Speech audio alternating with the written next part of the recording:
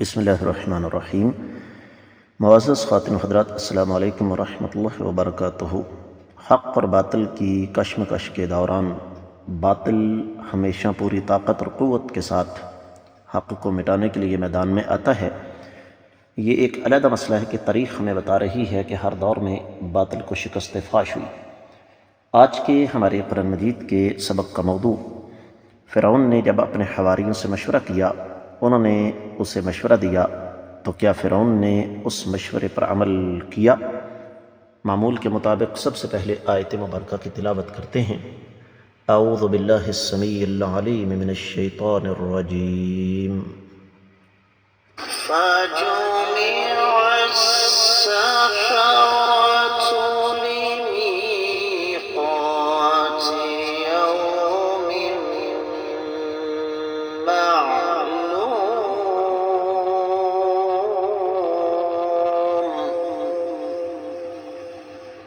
فجمع السحرة لميقات يوم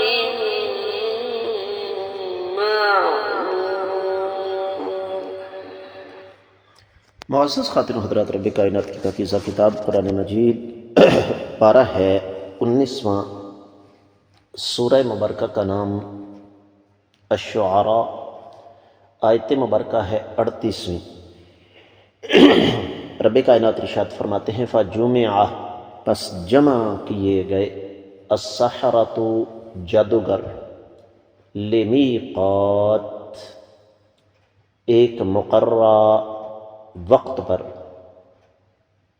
یومن اس دن، معلوم جو کہ طے شدہ تھا۔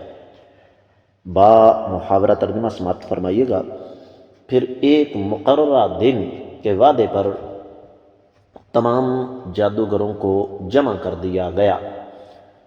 امام ابن کثیر رحمۃ اللہ علیہ ارشاد فرماتے ہیں کہ بظاہر وہ ایک مناظرہ تھا جادوگروں کے درمیان، لیکن در حقیقت وہ مناظرہ تھا سیدنا موسیٰ علیہ السلام اور قبطیوں کے درمیان۔ اور یہ مناظرہ رب کائنات اس سے پہلے ذکر فرما چکے ہیں سورۃ الاعراف، سورہ طٰہٰ میں۔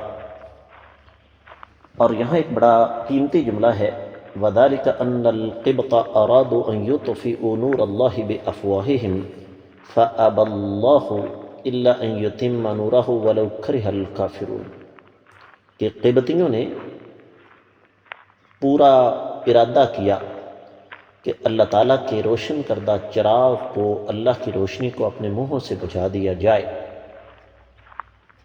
تو رب کائنات نے یہ فیصلہ کیا کہ اپنی روشنی کو مکمل کریں گے، اگرچہ کافروں کو یہ بات پسند نہ ہو۔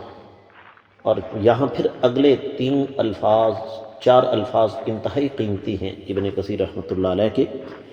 فرماتے ہیں وَهَذَا شَأْنُ الْكُفْرِ وَالْإِيمَانِ، یہاں پر آ کر پتہ چلتا ہے ایمان اور کفر کا۔ اور پھر وَمَا تَوَاجَهَا وَتَقَابَلَا إِلَّا غَلَبَهُ الْإِيمَانُ، اور جب بھی کفر اور ایمان کا آپس میں ٹکراؤ ہوتا ہے تو اللہ تعالیٰ کی توفیق سے پھر ایمان کا غلبہ ہی ہوتا ہے، جس طرح کہ سورۃ الانبیاء پیچھے گزری ہے، 18ویں آیت مبارکہ ہے، بل نقذف بالحق علی الباطل فیدمغہ فاذا هو زاہق وَلَكُمُ الْوَيْلُ مِمَّا تَصِفُونَ، کہ ہم حق کو باطل پر غلبہ عطا فرماتے ہیں، اور حق جو ہے وہ غالب آنے والا ہے، جبکہ باطل کا مقدر شکست و ریخت ہے۔ اور اے ظالموں، تمہارے لیے جہنم کی آگ ہے جو تم اللہ تعالیٰ پر جھوٹ باندھتے ہو۔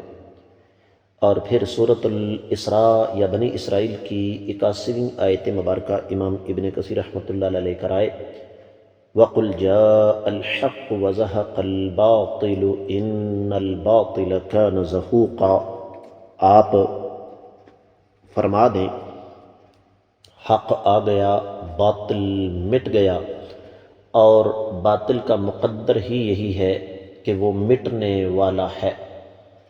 معزز خواتین و حضرات، تفسیر ابن کثیر میں جو کچھ بیان ہوا وہ اتنا ہی۔ دیگر کتب تفاسیر کا جائزہ لیا جائے تو اہل علم نے یہ فرمایا ہے کہ فجمع السحرة لمیقات یوم معلوم، کہ موضوع ہمارا یہ ہے کہ فرعون نے مشورے پر عمل کیا۔ ترجمہ یہ بن رہا ہے کہ جادوگروں کو جمع کیا گیا۔ سوال یہ ہے کہ جمع کرنے والا کون تھا؟ ظاہر بات ہے فرعون کے مشورے پر ان کو جمع کیا گیا اور مختلف شہروں سے ان کو بلوایا گیا، جس طرح کہ تفسیر بیضاوی، تفسیر ابن جریر وغیرہ میں لکھا ہوا ہے۔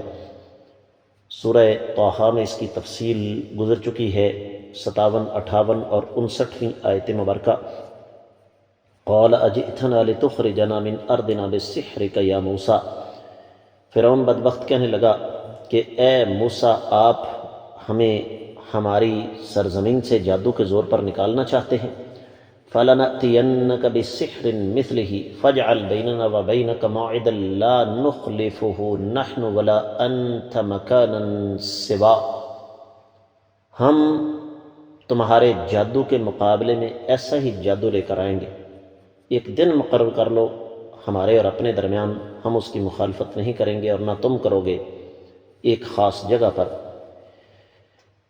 قال موعدکم یوم الزینۃ وان یحشر الناس ضحیٰ، سیدنا موسیٰ علیہ السلام نے فرمایا کہ ہمارا مقرر کردہ دن وہ یوم الزینہ ہے اور لوگ صبح صبح جمع ہو جائیں گے۔ بات کو اختتام کی طرف لے کر چلتے ہیں۔ معزز خواتین و حضرات، اہل علم نے یہ لکھا کہ جب فرعون نے اپنے حواریوں کا مشورہ مان لیا تو ان کو کہہ دیا کہ جادوگروں کو جمع کرو۔ جادوگر جمع کیے گئے۔ ان کا ایک عید کا دن تھا جسے یوم الزینہ کہا جاتا ہے، اور وہ دن اس لیے رکھا گیا کہ لوگ اس دن اپنی مصروفیات سے فارغ ہوتے ہیں اور اچھے اچھے کپڑے پہن کر عید کے اجتماع کے لیے جمع ہوتے ہیں، اور لوگوں کے لیے چونکہ فرصت کا دن ہے وہ، اور اسی مناسبت سے وہ دن جو ہے وہ مقرر کر دیا گیا۔ بات کو اختتام کی طرف لے کر چلتے ہیں۔ اہل علم یہ فرماتے ہیں کہ اللہ مالک العلم رب الجلال والاکرام نے یہ جو سلسلہ رکھا، اس کا ایک بہت بڑا مقصد تھا، اور مقصد کیا تھا کہ حق اور باطل جب آپس میں ٹکرائیں گے تو لامحالہ طور پر اللہ رب العزت کی قدرت کاملہ سے باطل کو شکست ہوگی۔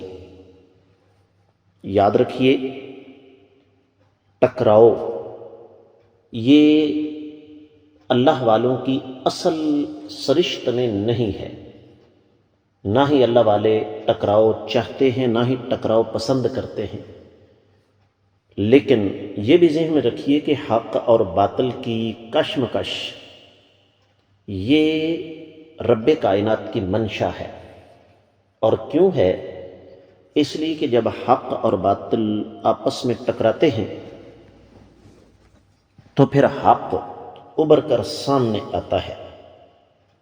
یہ بات ہر دور میں رہی ہے کہ باطل کے ہرکارے، جو باطل قوتوں کے سردار ہوتے ہیں، انہوں نے کبھی بھی حق کو تسلیم نہیں کرنا ہوتا، الا ماشاء اللہ۔